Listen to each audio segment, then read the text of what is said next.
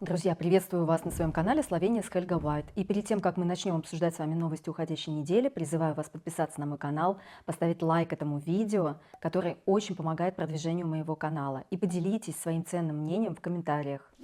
8 февраля Словения отметила культурный праздник. Он еще называется Пришернов день. В этот день не работали магазины, но зато работали все словенские музеи, и причем работали бесплатно. Если вы не смотрели мой короткий репортаж об этом дне, то предлагаю вам перейти вот по этой ссылке и посмотреть. В этот же день, 8 февраля, в словенский морской город Пиран пришли первые куренты. Куренты – сказочные традиционные персонажи, переодетые в вывернутую овчинную шкуру, и на лице у них страшные маски. Они первые предвестники весны. Они звонят громко в колокольчики, прогоняя зиму. Также 8 февраля в Любляне прошли протестные митинги.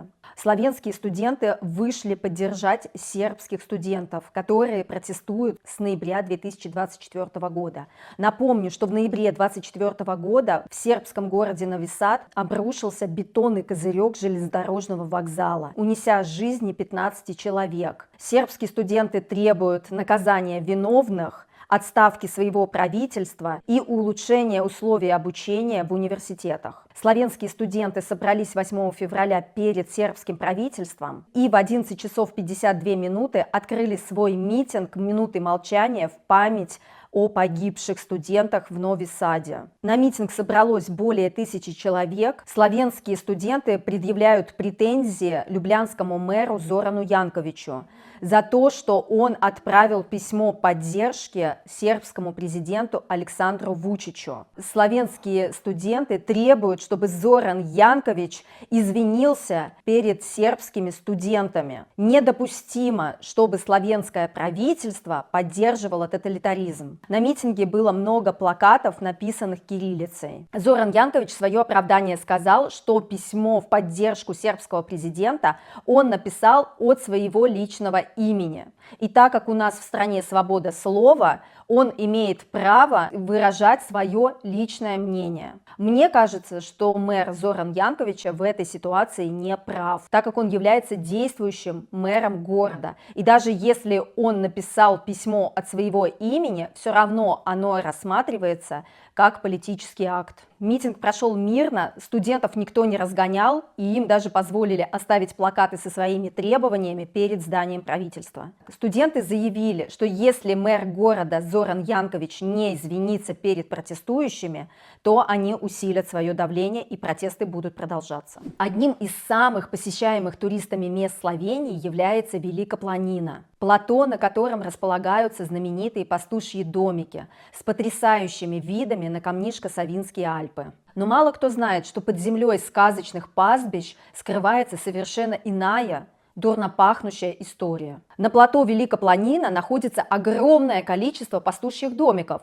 которые по сути своей уже не являются пастушьими, а сдаются в аренду туристам. У каждого домика есть свой септик, но они практически никогда не вывозятся, а просто все фекалии протекают в почву. И фекальные бактерии, проникая в почву вместе с источниками, наполняют реку Камнишко-Быстрица. Кстати, домики очень уютные. Вы можете посмотреть у меня на канале, как мы отдыхали в одном из этих домиков, не подозревая об этой проблеме. Экологи бьют тревогу, опасаясь, что фекальные бактерии могут отравлять питьевую воду в Камнике. Но не только туристов обвиняют в сложившейся ситуации.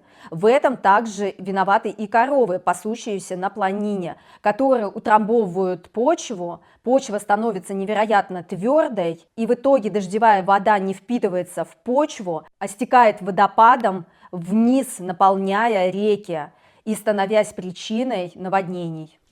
Вместо того, чтобы интегрировать иностранцев, коренное население должно адаптироваться под них. Факультет медицинских наук в городе Ново Место оперативно скорректировала свои правила в отношении ношения студенческой формы, разрешив студенткам-мусульманкам носить хиджаб. Сторонники массовой миграции утверждают, что ключом к успешному многокультурному обществу является интеграция. Мы задаем себе вопрос: интеграция кого? Похоже, мигранты плохо интегрируются в европейские общества, поскольку этнокультурные различия зачастую просто непреодолимы. Кроме того, часто второе и третье поколение потомков мигрантов более, а не менее, укоренены в своей культуре и еще более преданы своей религии, если речь идет об исламе. Получается, что политики заигрывают с исламскими мигрантами, и это уже не первый случай. Двойные стандарты по отношению к иностранным и местным жителям. В 2023 году преподаватель средней школы в Любляне велел ученице снять хиджаб во время урока, после чего министерство поспешило предупредить о важности борьбы с дискриминацией и религиозной свободой.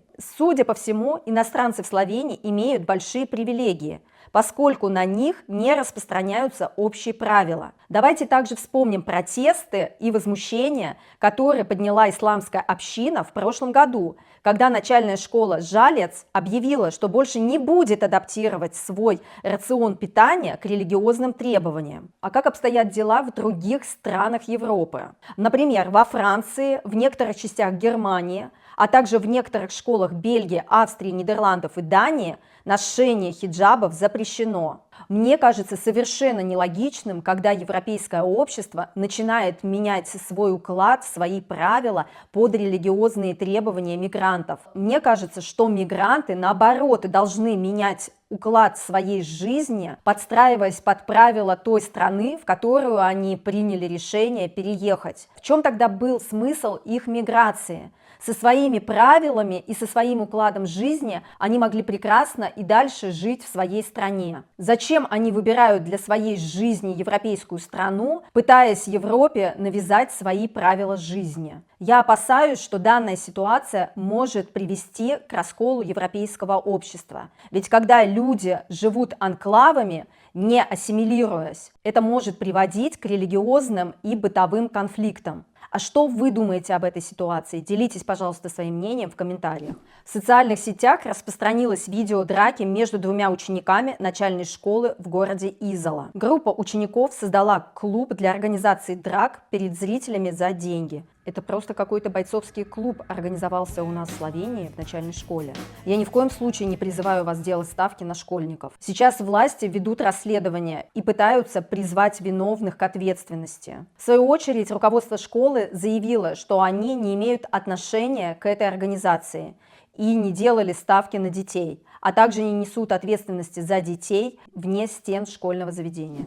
Словению ожидает пенсионная реформа. Планируется к 2034 году поднять пенсионный возраст до 67 лет.